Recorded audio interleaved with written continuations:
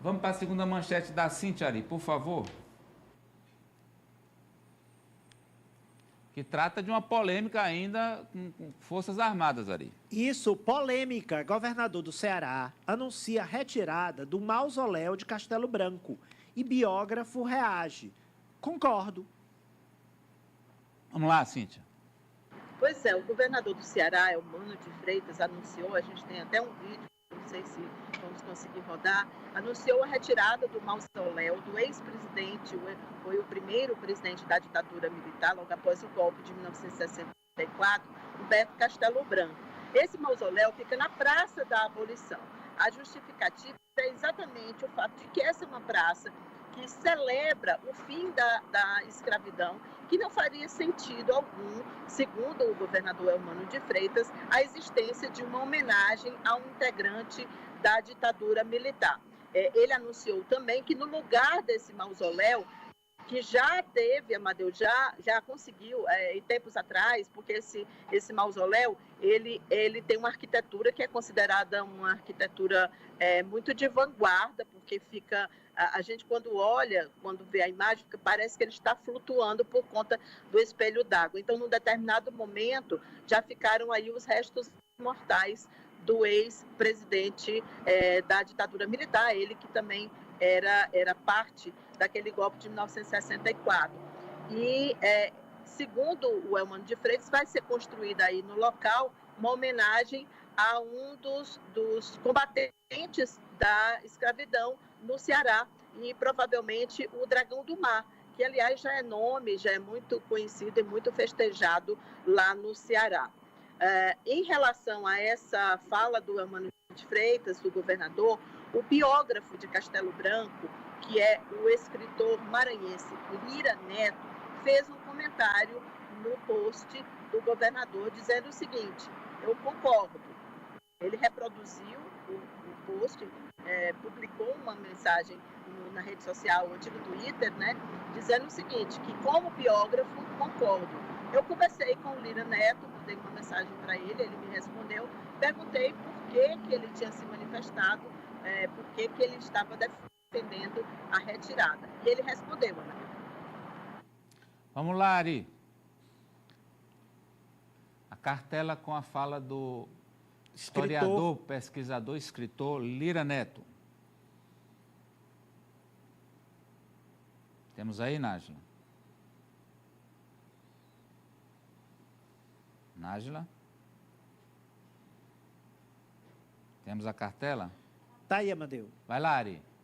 Castelo foi um dos principais conspiradores do golpe, que depois o presidente constitucionalmente eleito, João Goulart, foi o grande articulador dos quartéis com empresariado e agronegócio. Lira Neto.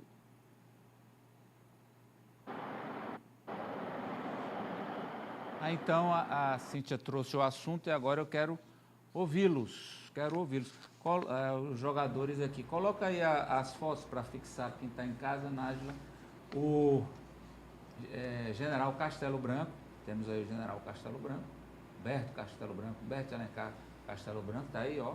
Primeiro presidente depois do golpe de 64, passou pouco tempo. Aí a foto do governador do Ceará, governador do PT, Eumano de Freitas, é esse aí, que quer fazer a mudança, e o biógrafo Lira Neto, que concorda com a mudança. Vamos ouvi-los. Vou começar agora com você, Silas.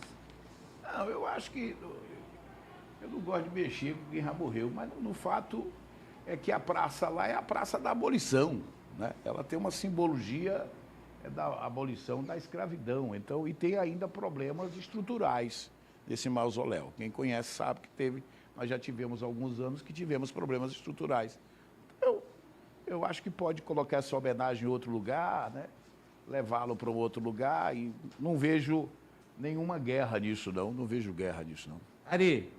Amadeu, esse movimento revisionista, ele não é brasileiro, ele é mundial. A gente mostrou que a Socorro trouxe à época estátuas sendo retiradas nos Estados Unidos pela própria população de ícones do movimento escravocrata norte-americano, a Europa também, em alguns países, discute se ainda é válido fazer homenagem a ditadores, pessoas que têm um passado sanguinário.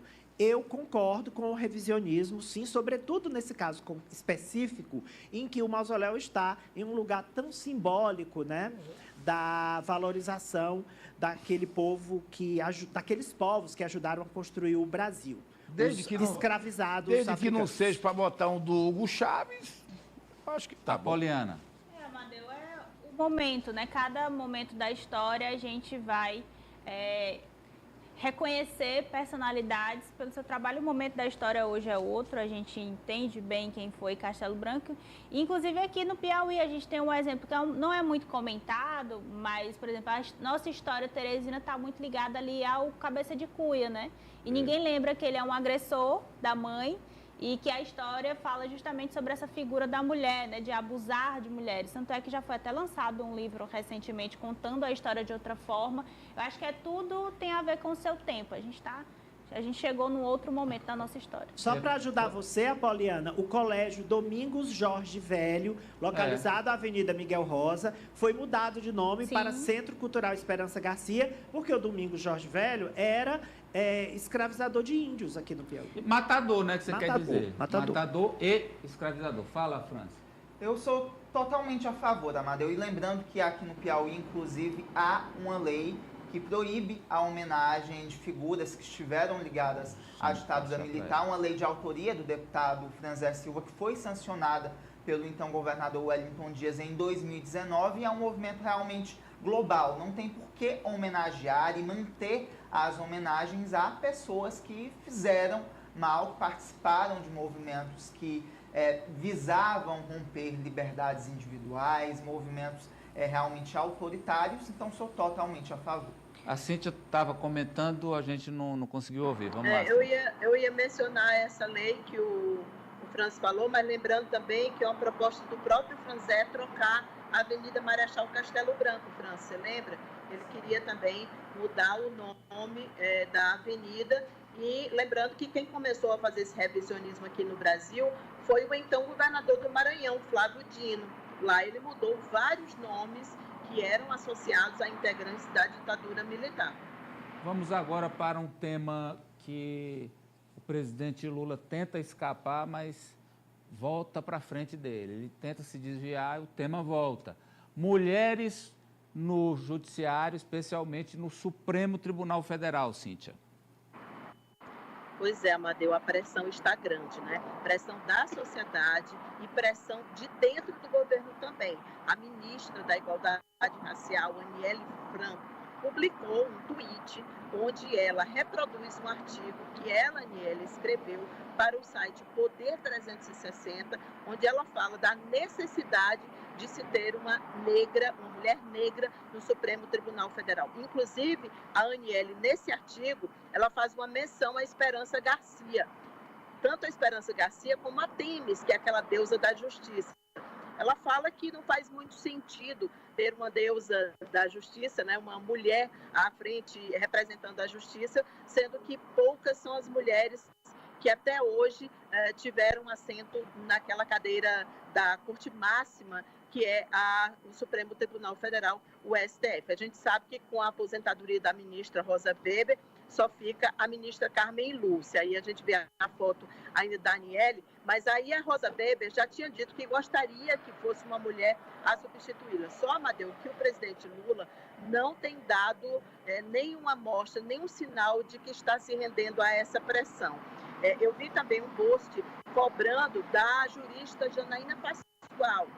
E foi ela também, Janaína, cobrada, porque na época das indicações de André Mendonça e Nunes Marques, a Janaína não lembrou que havia uma questão de gênero e que essa representatividade era importante. Mas ela também está cobrando da oposição e também do governo, tem gente cobrando. Só que o presidente Lula já começou a ouvir aqueles que são considerados os favoritos. Hoje mesmo, às 5 horas da tarde, vem aqui o número 1 da AGU, que é o Jorge Messias. Ele tem uma agenda com o presidente Lula, está confirmado na agenda dele às 5 horas da tarde. Ele também vai receber o Bruno Dantas, que é do Tribunal de Contas da União, e nesse final falar fortemente no nome do ministro da Justiça, Flávio Dino. Mas, por enquanto, nessa bolsa de apostas estão Bruno Dantas e, em primeiro lugar, o Jorge Messias, da Advocacia Geral da União. O Bessias do áudio da ex-presidente Dilma. O papel está com Bessias. Obrigado, Cíntia Lages, ao vivo, direto de Brasília. Até amanhã. Até amanhã. Amadeu, só rapidinho, queria lembrar que hoje o Banco Central divulgou o relatório do PIX e eles deram uma informação curiosa. O PIX foi o maior PIX já feito até agora, desde a criação da transferência, que foi de 1 bilhão e 200 milhões de reais. Eu já até perguntei para o Arimatea Carvalho se foi ele que fez ou recebeu esse PIX, mas ele me disse que não foi, não. E o PIX, em um ano, aumentou 100%. Foram transferidos 2 bilhões e 900 milhões de reais. E a novidade que foi informada pelo Banco Central é que eles estão estudando uma possibilidade de você poder fazer o PIX sem a internet, para poder ajudar o comércio, o pequeno varejo, que hoje está impossibilitado por falta de conectividade. Obrigado, Cíntia. Olha, quem tem caixa aqui para fazer ou receber de 1 bi, só o Farol mesmo. Se não foi ele... Eu recebi, admito, recebi do Amadeu Campos, 1 bilhão e 200 milhões de reais. Gargalhadas gerais. Pronto, Farol. É o seguinte, o lugar ideal para fazer os seus serviços gráficos é na gráfica e editora Cidade Verde, uma empresa que está há mais de 20 anos no mercado com compromisso com a sua inspiração. Na gráfica e editora Cidade Verde você encontra panfletos, sacolas personalizadas, cartões de visitas, banners, material para campanha política e impressos em geral. Oferecemos preços acessíveis, seja qual for a quantidade. Temos a certeza que você vai encontrar conosco o que precisa